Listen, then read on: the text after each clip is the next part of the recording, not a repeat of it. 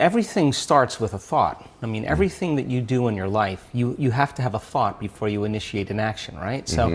So if you believe that your thoughts have something to do with your destiny, like any great leader in history understands that, the first thing you have to do is you have to decide, are you going to be defined by a vision of the future, or are you going to live by the memories of the past? So, I'll give you an example.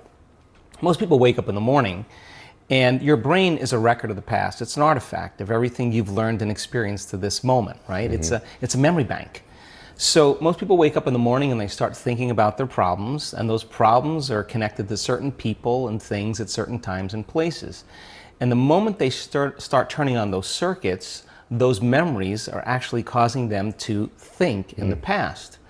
Every single one of those memories has an emotion associated with them, and emotions are the end product of past experiences. So then the moment they recall the event, or they recall some problem in their life, they start feeling unhappy, they start feeling discouraged, they start feeling anxious. Now, thoughts are the language of the brain, and feelings are the language of the body, and how you think and how you feel creates your state of being. So we could say then, most people's entire state of being when they start their day is in the familiar past. Well, if you live in the familiar past, then it makes sense you're going to create the predictable future.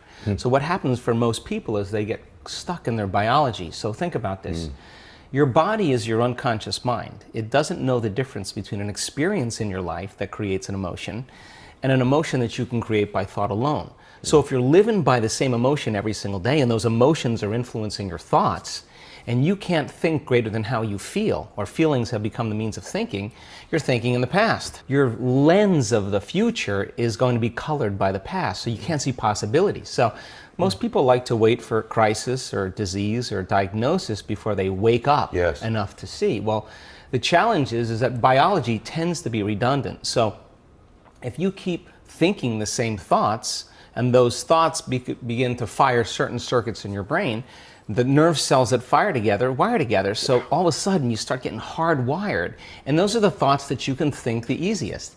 At the same time, those thoughts produce chemicals called emotions, and the next thing you know, your body gets accustomed to living by the same emotions, and it could be guilt, it could be unhappiness, it could be pain, but at least it's familiar to you, at least you can predict it. So some people would rather cling to the familiar than take a chance in possibility. So for most people then, they say, well, I don't really see how my thoughts have anything to do with my destiny. Well, that's because 95% of those thoughts are subconscious programs, right? So you're not even conscious that you think those thoughts. So the first step to change is starting to think about what you've been thinking about and change it. And then when you begin to observe those thoughts, you're no longer the program, you're the consciousness observing the program. Just simply by being an observer of your thoughts. Right. So most people, though, when you do that, when you decide to really take a look, it's like lighting a match in a dark place.